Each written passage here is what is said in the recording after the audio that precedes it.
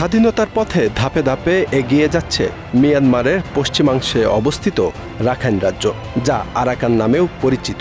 দেশটির ক্ষমতাসীন সামরিক জান্তাকে পরাজিত করে বাংলাদেশ সীমান্তবর্তী রাখাইন রাজ্যের মধ্য ও উত্তরাঞ্চলের বেশিরভাগ এলাকা দখল করে নিয়েছে সশস্ত্র সংগঠন আরাকান আর্মি।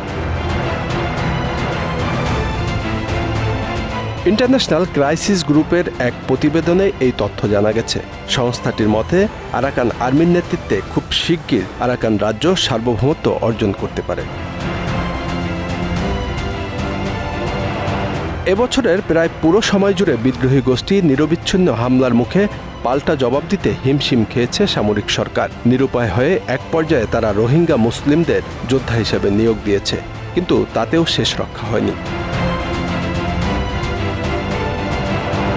বাংলাদেশের কক্সবাজার ও বান্দরবান জেলার সীমান্তবর্তী রাখাইন রাজ্য।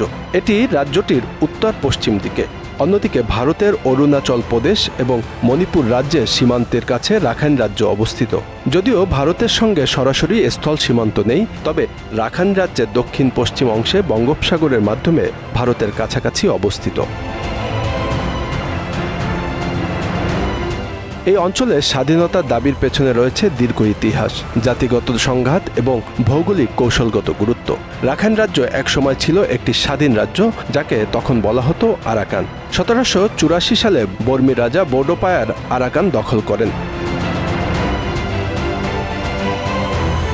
বর্তমান সময়ে রাখাইন রাজ্যের স্বাধীনতা আন্দোলনের মূল কেন্দ্রবিন্দুতে রয়েছে আরাকান আর্মি। এই সশস্ত্র দলটি রাখাইনে স্বায়ত্তশাসন বা স্বাধীনতার জন্য যুদ্ধ করছে। এই যুদ্ধ আন্তর্জাতিক অঙ্গনেও বেশ প্রভাব ফেলেছে।